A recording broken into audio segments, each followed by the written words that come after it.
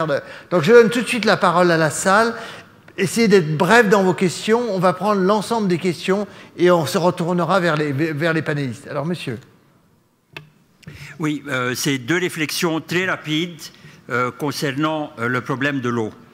La première des réflexions, je pense, concerne la nécessité d'investir dans des projets d'irrigation pour la construction de canaux, pour endiguer les eaux qui se perdent, la construction de barrages pour régler ou régulariser les flots des fleuves. Un exemple très précis est sur le Nil, dans le Soudan du Sud, il y a un seul projet pour la construction d'un canal qui s'appelle le canal de Gongli, qui permettrait de récupérer plusieurs centaines de milliards de mètres cubes nécessaires à l'irrigation, que ce soit au Soudan ou en Égypte ou dans les autres pays riverains. Merci de ne pas être trop long. Merci de ne pas être trop long, hein, parce qu'on a plus très peu de temps. Le second problème, la seconde observation est la nécessité de revoir les cultures dans le but d'économiser l'eau. Un exemple, en Égypte, l'industrie sucrière est basée sur la canne à sucre qui consomme énormément d'eau. Il serait plus intelligent, plus prudent de cultiver la betterave qui consomme moins d'eau et pour produire le sucre. Monsieur, oui, soyez aussi bref que possible. Merci beaucoup. Allez-y. Oui, Jean-Pierre Vazou, oui, une question à Monsieur Bréchot sur la sécurité alimentaire.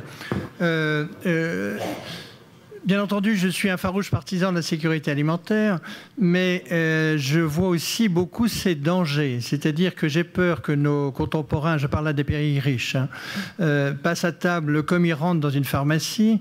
Et si on prend l'exemple que vous avez indiqué, qui est celui de la dioxine, que je connais bien, bon, c'est très mal de mettre de la dioxine dans l'alimentation animale, mais la question était-il dangereux de manger un poulet belge qui avait mangé de la dioxine? La réponse est oui, si on mangeait 18 kilos de poulet par jour pendant 1 an et qu'on n'éliminait rien. Donc on avait beaucoup plus de danger de mourir de poulet que de mourir de dioxine. Et par cet exemple, par cet exemple, je veux dire que quand vous prenez le café, il y a 150 substances dans le café qu'on boit et qu'on a bu aujourd'hui à peu près. 50% de ces substances sont cancérigènes chez le rat. Alors moi je continue, sachant ça, à boire du café, mais j'ai très très peur que l'insistance que vous avez donnée conduit à mal orienter l'évolution de ces sujets, car le problème n'est pas la toxicologie des nutriments, le problème c'est l'alimentation, c'est pas les aliments.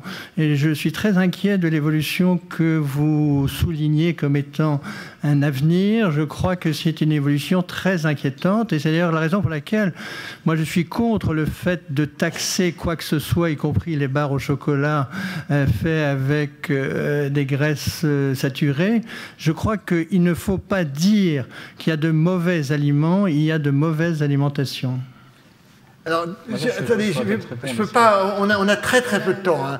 Attendez, il y a 2 questions au fond qui sont soulevées d'abord. Oui, monsieur, et puis je reviendrai faire monsieur. Oui, monsieur, allez-y. Oui, monsieur, oui.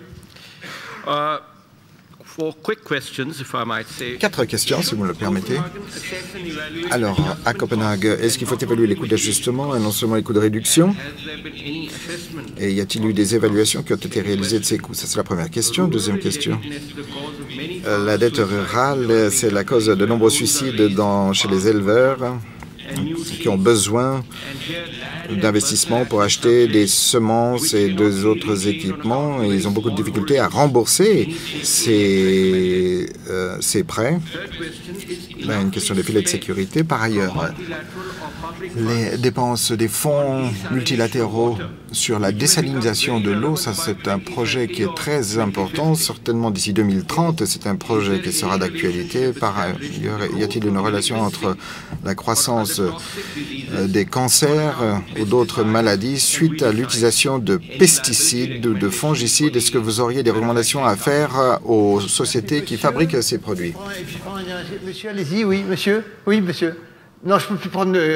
allez-y, monsieur, oui.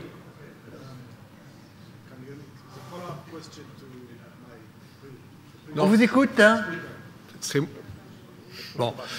Une très brève question. Je souhaiterais avoir l'avis des membres du panel sur la meilleure façon d'aborder la question du commerce de produits agricoles dans les négociations commerciales multilatérales. Merci. Bon, je prends une dernière question, puis après on va... Une question très directe, si vous me permettez. Alors, madame, vous avez dit que l'agriculture pouvait nourrir l'humanité à la condition d'avoir recours à des moyens modernes, c'est-à-dire des organismes génétiquement modifiés, à une capitalisation adéquate des fermiers, etc. N'y aurait-il pas lieu, en termes de gouvernance, d'en informer adéquatement les populations, parce que j'ai l'impression que chez nous, en tout cas au Canada, les gens croient qu'on pourra nourrir l'humanité avec de l'agriculture biologique dont les rendements sont beaucoup plus faibles. Alors, il nous reste 10 minutes. On va donner de la parole d'abord à M. Bréchot. On va inverser l'ordre. M. Bréchot, M. Cantu. Non, mais juste pour reprendre le point de Jean de Kersauzet, je pense que le désaccord n'est qu'apparent, et c'est le problème des présentations très rapides. Là où je suis entièrement d'accord, c'est qu'un mot-clé, c'est communication et gestion, je dirais, raisonnable du risque.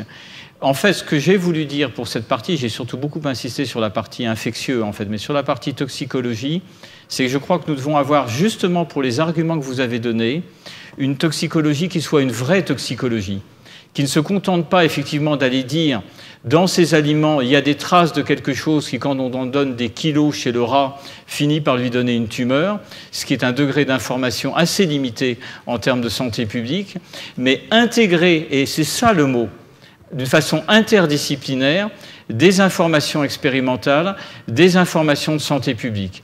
Et il y a actuellement des méthodologies qui se développent, qui doivent pouvoir nous aider à répondre sur ce point.